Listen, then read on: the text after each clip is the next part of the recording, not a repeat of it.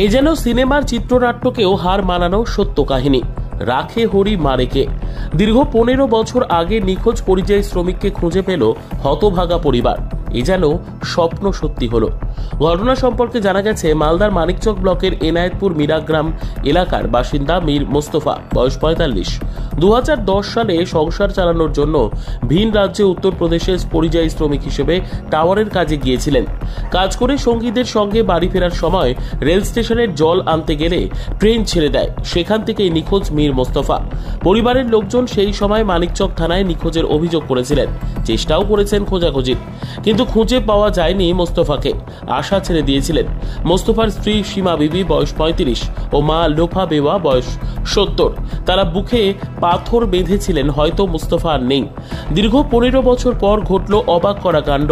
মিরাগ্রাম এলাকার বেশ কিছু পরিযায়ী শ্রমিক উত্তরপ্রদেশের গাজিয়াবাদে টাওয়ারের কাজে যায়। কাজ করার সময় তাদের তৃষ্ণা পেলে দূরে একটি মাঠে বসানো পাম্পে জল আনতে যায়। সেখানে তারা দেখতে পায় নিখোঁজ মোস্তফা মাঠে জল দিচ্ছে। তারা চিনতে পারে 15 বছর আগে নিখোঁজ প্রতিবেশী মোস্তফাকে। সেখানে তারা ভিডিও করে এবং খবর গ্রামের বাড়িতে পৌঁছে দেয়। প্রশাসনের সহযোগিতায় বৃদ্ধা মা লোফা বেওয়া প্রতিবেশীদের নিয়ে নিখোঁজ ছেলেকে বাড়ি আনতে পাড়ি দেয় উত্তরপ্রদেশে। শুক্রবার বাড়ি ফেরে মোস্তফাকে দেখতে হাজার হাজার লোক ভিড় জমায় মোস্তফার বাড়িতে। অনুভূতি, আমরা ছোট ছিলাম, 3.5 বছরের।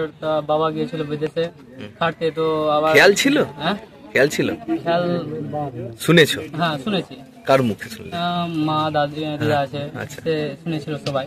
তো বলেছিল কি গেছে উত্তরবঙ্গ পশ্চিমে খাটতে, উত্তরপ্রদেশে। হ্যাঁ, উত্তরপ্রদেশে খাটতে গেছিল।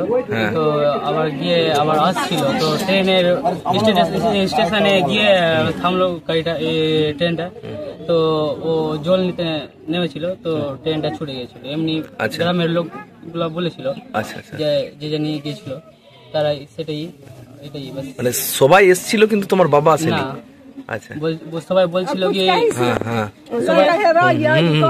আচ্ছা, তারপর সবাই বলছিল কি তোর বাবা জল নিতে নেমেছিল, তো আর ট্রেনে চাপতে পারে, ট্রেনটা ছুটে গেছে। আচ্ছা, আমরা একটু খোঁজাখুঁজি করলাম, টাকা দিয়ে অনেক জায়গায় গেলাম। সেই সময় পুলিশ প্রশাসনকে জানানো হয়েছিল? জানানো কেস হয়েছে, জানানো হয়েছে।